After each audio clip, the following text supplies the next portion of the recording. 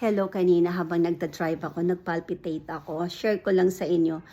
Cause pala nun, inassist ko agad yung sarili ko. Bakit pa ako nagpapalpitate? Siguro na-stress na ako dahil ang hirap din naman kasi pag nagpaparenovate ka ng apartment, bili ka ng mga gamit, gawaing lalaki, etc. blah blah blah.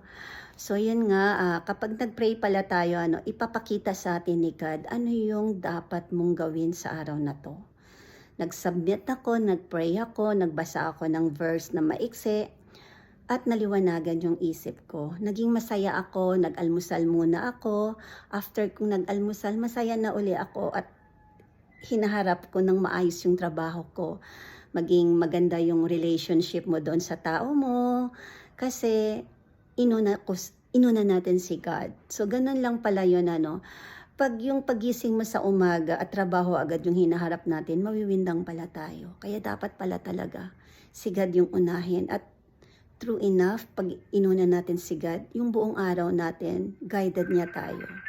So yan lang ang na-share ko. Laging tandaan, God is good. Bye.